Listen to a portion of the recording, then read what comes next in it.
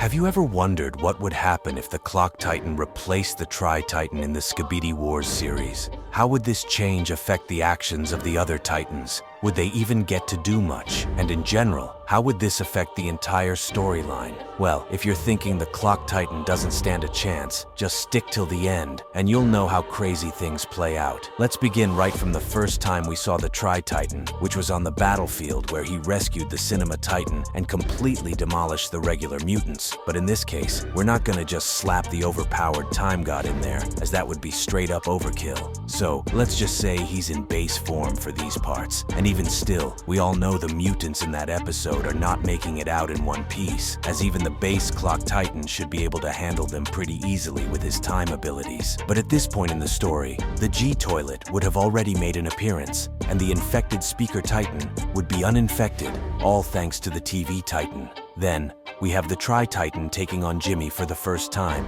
and that was totally one-sided. But for this scenario, the base Clock Titan would totally do the same, no question there. And it would be much easier this time, as he wouldn't even need to throw hands with the guy. Just some pretty cool time stop and time attacks would do the job. However, in episode 61, where the Toilet Emperor made his entrance, things would start to get out of hand, because we saw him attack the speaker base, and the Tri-Titan rushed in to save the day. But for the base Clock Titan's case, he would be called in. But his strength is nowhere near that of the Emperor, so it wouldn't be that easy. And without proper help, the Clock Titan wouldn't be able to hold his own. Knowing this, the Alliance would have no choice but to send in the Camera Titan as backup. But before he's able to arrive at the battlefield, the base Clock Titan would be in pretty bad shape, and the Toilet Emperor would just retreat casually.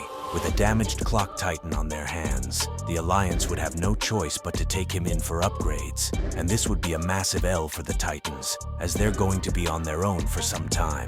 A good example of this would be in episode 65, where Titan TV Jr. fought the Driller Worm, which actually went smoothly due to the presence of the Tri-Titan. But in this scenario, the clock won't be available, leaving just the TV to handle this himself. And yeah, it would be really difficult, as in this fight, our TV Jr. would be damaged so bad he wouldn't be able to help out in future episodes. This means he won't be there to get infected by the Phantom, and the Alliance is 2 Titans down.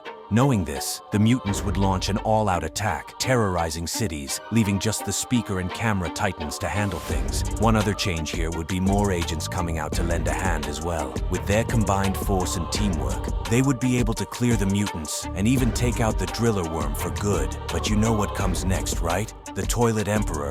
And he would completely shift the balance. The Cinema Titan would even have to join in a lot earlier to buy some time, but it wouldn't really matter, as the Toilet Emperor totally destroys all Trio Titans effortlessly, and the Alliance would be totally cooked at this point, as the Clock Titan's upgrade still needs some time because they don't really know much about the mysterious clock. Then, the Necromancer would make an appearance just to make things a lot worse, and would start to raise his army, possessing any agent he could get his hands on. However, in the original, the Tri-Soldiers came in and did a lot of work taking out the infected agents. But in this case, since the Tri-Titan doesn't exist, it won't be Tri-Soldiers coming to aid. Instead, it'd be Clock Agents. And I think the future Clockman and Clockwoman would fit in nicely. And damn, that would be a huge advantage in the long run. The future Clockman would come in just like in the original story, but instead of destroying the undead, he'd reverse time and bring them all back. You see where I'm going with this, right? The Necromancer just found his nemesis. At this point in the story, all damaged Trio Titans would have gone to a secret location for their new upgrades and fixes. In the meantime, the Alliance would form an alliance with the Sonar race a lot sooner, and their Titan would have to come in a lot earlier to help,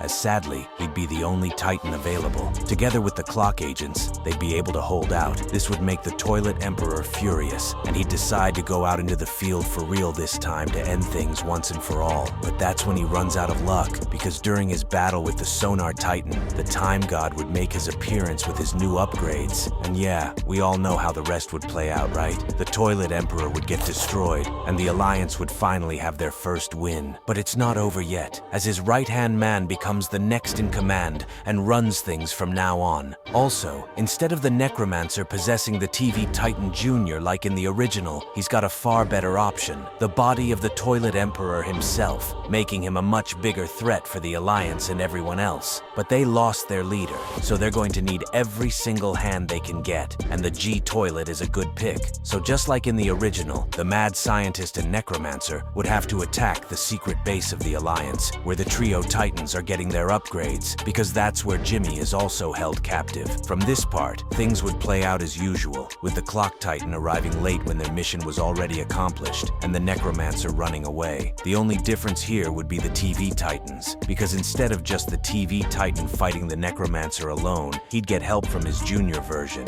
seeing as he wasn't possessed, and has fully gotten those upgrades and repairs. So the big question is, would both of them be strong enough to handle the likes of the Necromancer? Because remember, he's in the body of the Toilet Emperor now. Well, I think it's plausible, but they would only face some difficulties, leaving the Mad Scientist to fight against the upgraded Clock Titan. Like I said, things would play out just like in the original, but in episode 90, we saw the Sonar Titan get infected with the help of the Plague Toilet and Phantom due to the lack of stronger Titans. However, in this case, the Sonar won't get infected, because the Speaker, together with the Camera Titan, would be there to help, as the Camera Titan's upgrades happened a lot quicker than usual. Because he's been out of commission for long, he'd be there to lend a hand. The Speaker, Sonar, and Camera Titan would be able to handle those little guys easily, and the Plague Toilet would barely escape. Sadly, we wouldn't get to see the ultimate battle between the Sonar and Camera Titan. Also, the Phantom would have little or no screen time. The next major event that happened was the Tri-Titan going out of control, and the Alliance regretting their actions, leaving them no choice but to revoke the exile on the computer race, which I kinda enjoyed, to be honest. But in this scenario, there'd be no need for the Clock Titan to lose control or anything, because he's just a chill guy,